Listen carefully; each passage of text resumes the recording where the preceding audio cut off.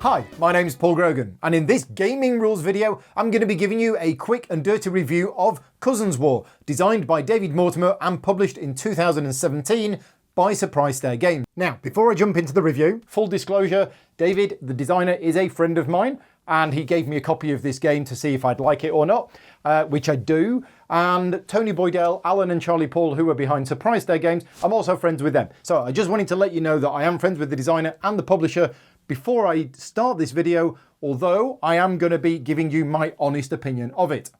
Now, Cousins War is a game based on a historical event that happened in England, the War of the Roses between Lancashire and Yorkshire. I'm from Lancashire and I don't actually know who won myself. But anyway, it comes in this tiny little box. Everything that you see here in front of me is everything that's in the game. This is a small game, it's for 2 players and it's advertised as 30 minutes on the box, although I've played some games that have lasted 5 minutes. And to be honest, I think once you know how to play this game, it's probably about a 15 to 20 minute game. So it's very short, it's a filler type game, but it's actually got a lot of meat on the bones. And let me explain a little bit about the things that I like about it and the things that I didn't like about it. So the first thing is, let's have a look at the rulebook.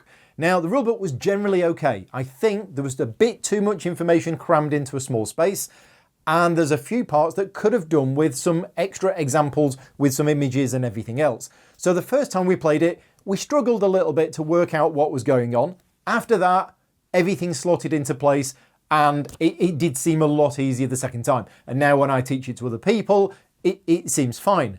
Now, one of the reasons why it's a bit confusing is there are 3 sort of parts of this game and they are all interlocked together, but they feel like totally separate things. And I'm not saying this is a bad thing. I'm just sort of explaining how it works. First of all, you have the map of England. This is divided into 3 regions. And what you're trying to do is you're trying to get control with these influence cubes of the 3 regions of England. If you get control of all 3, you win the game. Or if the game goes to 5 rounds, then it's whoever controls the most regions at the end of the game. So that's the main part of the game. And that's what you're trying to do.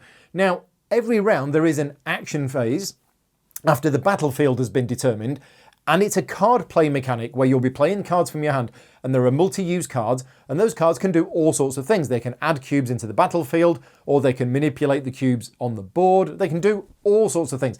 So that is a part of the game which is really, really important, where you're playing the cards to do various things, and that's very clever.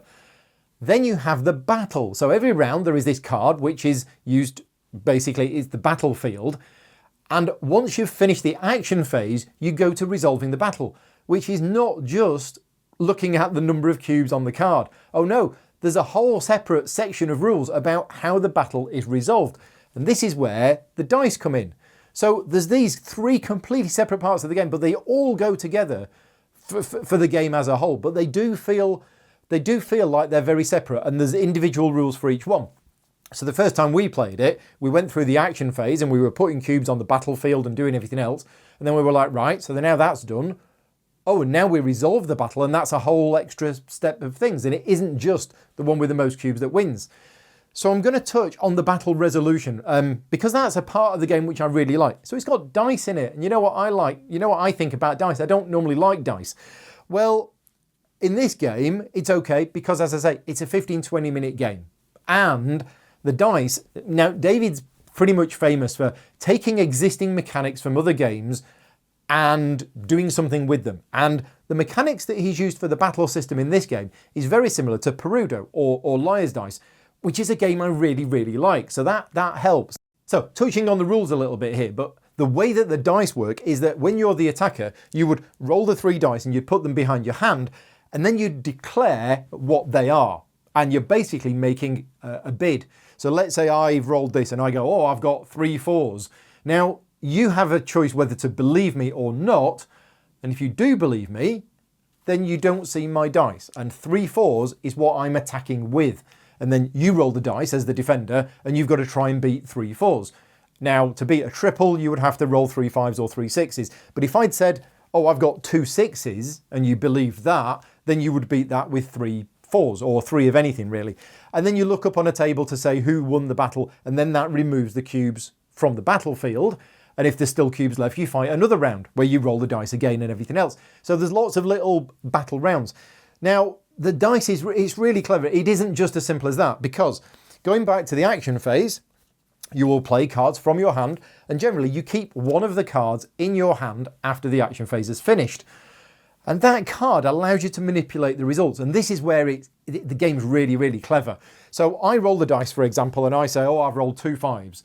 Now, if you say that you don't believe me, I have a chance to use the one card that I've left in my hand to manipulate the dice that I've rolled to make the 2 5s. And if I do that, then my 2 5s stand. If, however, I don't manage to make the 2 5s and I was completely lying and I can't fix it with my card, then I lose a cube from the battlefield and you've called me out on it. So you've got to be very careful about, making a secret bid that you can't meet. And again, the defender, when they roll their dice, they can manipulate their result with the card as well. So these cards really, really have a lot of uses, and I really do like that. Now, the other thing that I like about the game is the card play is very thematic. So if we look at some of the cards, you will see French allies. If you have fewer cubes on the battlefield than your opponent, add 2 blue cubes to your battlefield. It's the French coming to help. And there's another card in there which means that the French switch sides, which is very thematic. And it feels really, really nice. Every round a battle will be fought on one of the battlefields. That will then get removed so that the next round is a different battle. And it all hangs together really well. Now, I've played a number of games of this. Some of those games have ended after 1 round because of various card play and everything else. One player managed to get full control of England. But as I say, if the game goes to 5 rounds, then you go to looking at who's got most control of England. If that's a tie, then you go to whoever won the most battles. So it plays really nicely. A couple of things that I wasn't 100% keen on, and as I said, these are not really bad things, it's just me picking holes. Little things like the map of England, the white rose is on the Lancashire side and the red rose is on the Yorkshire side, which I found really unusual, especially when you set the game up and one player sits on one side and one sits on the other, and the player playing Lancashire is sat there with the white rose in front of them. This is really me nitpicking here. So that is my very quick and dirty review of Cousins War. I really like the game. As I say, 2 players, 15 to 20 minutes, got some very interesting decisions. It's got some clever mechanics in there with the way it works. If you're interested, check it out.